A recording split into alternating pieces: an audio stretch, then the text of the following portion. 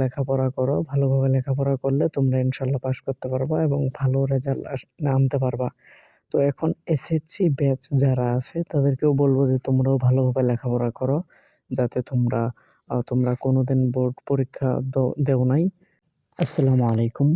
সম্মানিত শিক্ষার্থীরা, তোমরা সবাই কেমন আছো? আশা করি সবাই অনেক, অনেক ভালো আছো। তো তোমাদের দোয়ায় আমিও অনেক ভালো আছি। তো আমার কথা ছিল যে পরবর্তী ভিডিওতে আ রেগুলার হব। আগে যে ভিডিওটি ছিল সেটাতে আমি বলেছিলাম যে পরবর্তীতে আমি রেগুলার হব। তো অনেক সমস্যার কারণে রেগুলারলি ভিডিও আপলোড দিতে পারি নাই।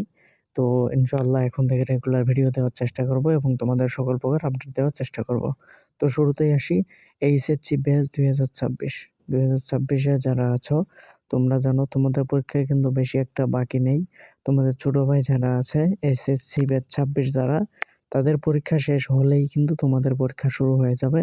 তো তোমরা এখনো যারা লেখাপড়া করো নাই ভালোভাবে, লেখাপড়ার দিকে মন দিচ্ছ না, তো আমি তোমাদেরকে বলব যে তোমরা লেখাপড়া করো। ভালোভাবে লেখাপড়া করলে তোমরা ইনশাআল্লাহ পাস করতে পারবা এবং ভালো রেজাল্ট আনতে পারবা।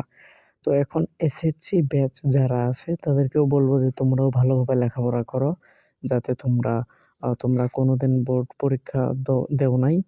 আ তোমরা তোমাদের সময় হয়তোবা আ ছিল না, পিএইচসি ছিল না। 5 এ যে পরীক্ষা সেটা ছিল না এবং তোমাদের ছিল না হলো এই যে আ এ জিএইচসি যেটা আছে, 8 এ যেটা হতো সেটা জিএইচসি। তো সেটাও ছিল না তোমাদের সময়।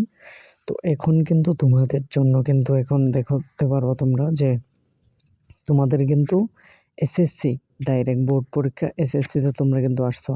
তোমরা যদি পিএইচসি দিতা তাহলে তোমাদের একটু সাহস আসতো এবং জিএইচসি 8 যে পরীক্ষা আছে বোর্ড পরীক্ষা, তো তোমরা যদি এইগুলা দিতা তাহলে তোমাদের একটু সাহস আসতো। তোমরা পরীক্ষাটা কিভাবে দিতে হয়, কিভাবে কি হয় এইগুলা তোমরা আ তোমাদের আ একটা সাহস থাকতো যে না, পরীক্ষা এভাবে হয়, এভাবে দিতে হবে এবং পড়াশোনা এভাবে করতে হবে। তো তোমরা তো টানা ১০ টা বছর কোনো বোর্ড পরীক্ষা দিতে পারো নাই। তো যার কারণে তোমাদের জন্য একটু খারাপ ও হতে পারে পরীক্ষাগুলো। তো তোমরা টেনশন নিবা না। তো তোমরা ভালোভাবে পরীক্ষা দেবে। স্কুলে যেভাবে পরীক্ষা দাও সেভাবেই দেবা। তো তোমাদের আ জন্য দোয়া করি। তোমাদের জন্য অনেক, অনেক ভালোবাসা রইলো। তোমরা ভালোভাবে লেখাপড়া করবা। এইচএসসি এবং এসএসসি ব্যাচ যারা ২৬ আছো, তোমরা ভালোভাবে লেখাপড়া করবা। তাহলে কিন্তু তোমরা কি করতে পারবা? ভালো রেজাল্ট করতে পারবা। তো আমরা যদি দেখি যে নতুন মন্ত্রী মশাই কিন্তু উনি আ শিক্ষামন্ত্রী হয়েছেন। তো উনি কিন্তু একটু বেশি কড়া বললেই চলে। উনি যখন ছিলেন আ উনি বিএনপির একজন নেতাকর্মী। তো উনি ছিলেন হলো যখন বিএনপি ক্ষমতায় ছিল তখন কিন্তু তিনি ছিলেন। এখন তিনি আবার আসছেন। তো তোমরা ভিডিও ভাইরাল হয়েছিল। ওই ভিডিওটা তোমরা সবাই দেখছো যে উনি কিভাবে আ পদটা নেওয়ার জন্য কিভাবে ছুটে গেছেন। তো আমরা এগুলা আর না বলি। তো তোমরা ভালোভাবে পড়া করলে কিন্তু তোমাদের কোনো সমস্যাই না। হ্যাঁ? তোমরা ভালোভাবে লেখাপড়া করলে তোমরা কিন্তু ভালো রেজাল্ট করতে পারবা। তো এহসানুল হক মিলন স্যার কিন্তু অনেক ভালো মানুষ। তো উনি এই দায়িত্বটা কেন নিছে জানো? তো তিনি এই দায়িত্বটা নিছে হলো আ যে গত কয়েক বছর থেকে আমরা দেখতেছি যে আস্তে, আস্তে আমরা দেখতেছিলাম যে শিক্ষার আ মানটা কিন্তু কমে গেছে। শিক্ষার মানটা আগের মতো আর নাই। তো এই কারণে তিনি আসছে এই ক্ষমতায় যাতে তিনি আবার শিক্ষা ব্যবস্থাটাকে আবার আগের জায়গায় নিয়ে যেতে পারে।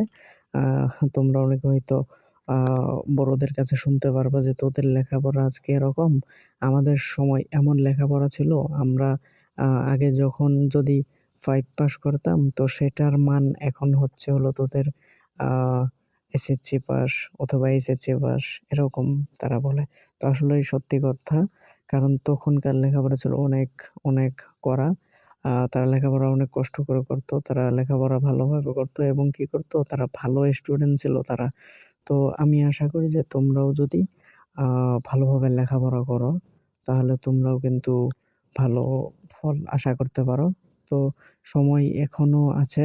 এসএসসি যারা তাদের কিন্তু অল্প কিছুদিন সময় আছে। তোমরা যদি এখনো ভালোভাবে লেখাপড়া করো, তাহলে তোমরা কিন্তু ভালো রেজাল্ট করতে পারবা। আশা করি তোমরা ভালো রেজাল্ট করতে পারবা। ইনশাআল্লাহ আল্লাহ তাআলা তোমাদেরকে ভালো রেজাল্ট করার তৌফিক দান করুক এবং এইচএসসি যারা আছো তারাও ভালোভাবে লেখাপড়া করো যাতে তোমরা পরীক্ষাটা ভালোভাবে দিতে পারো এবং ভালো রেজাল্ট করতে পারো। যারা ফেইল করছো তারাও ভালোভাবে পড়বা।